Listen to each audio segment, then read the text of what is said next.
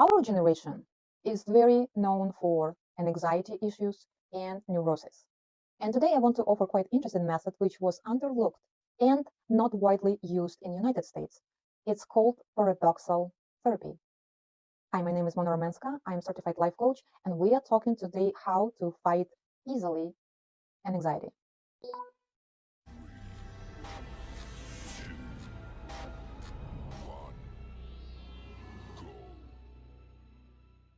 The method of paradoxical intention, first proposed by the creator of the concept of logotherapy, Viktor Frankl, in 1929, and then in 1931 he widely described it. Knowing their issues, people do their best not to demonstrate them publicly. So agoraphobes, fearing fainting, just try to stay at home and not to go out, or people with excess in sweating, or blushing people, shy, who are terrified to give speeches publicly, just simply avoid to be the center of attention. And what happens is the vicious loop is formed, which the person cannot break on his own, not understanding where is the center of that loop.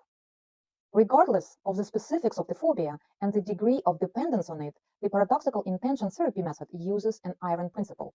As soon as person abandons his attempt to fight his fear and act from the opposite, he breaks the vicious cycle of dependence.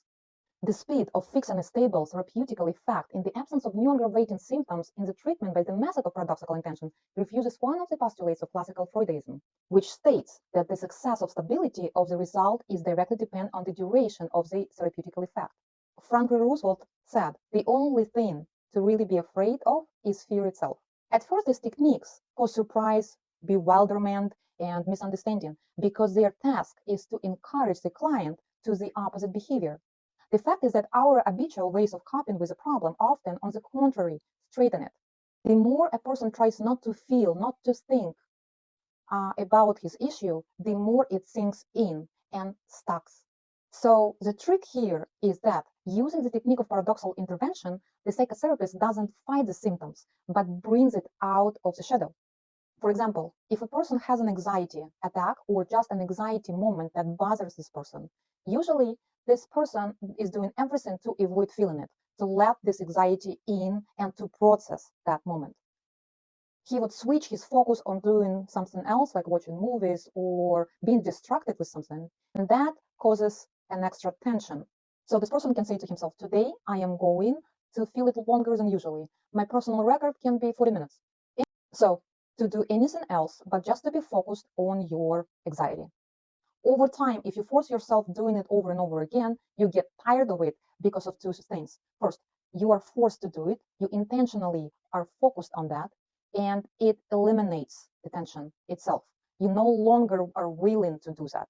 This hateful thought of being forced doing something negative immediately wants you to find that mechanism that works against it. Also, Frankl believed in a deep meaning in life, as a logotherapy is based on it, and in deep meaning of our emotions. But instead of allowing yourself feeling them, the focus of logotherapist is to make you to analyze, to think what stands behind your fear, what stands behind your anxiety. And when you know it, it really decreases attention or eliminates completely your anxiety.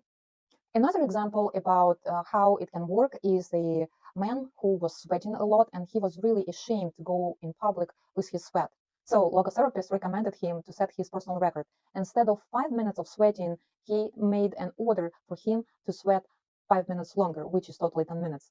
And in the moment when that man met somebody at the street and they started talking, he was so much focused on sweating more and more. Basically, how it works, not only do you challenge your fear and you face your fear, you overcome it by saying, okay, I can do even more. You are almost like mocking your fear, saying, okay, how far can I go with this? I can't go any farther. It becomes ridiculous. And humor is also one of the things in paradoxical therapy.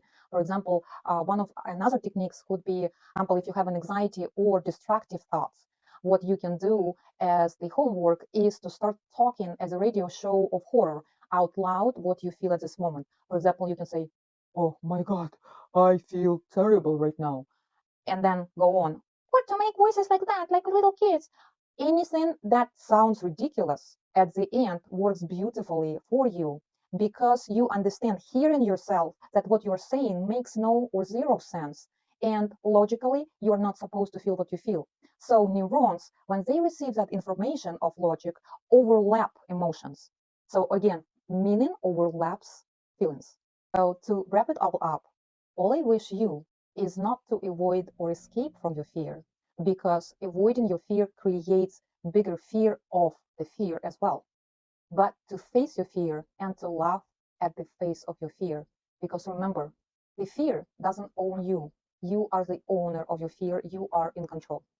Good luck and thank you for watching.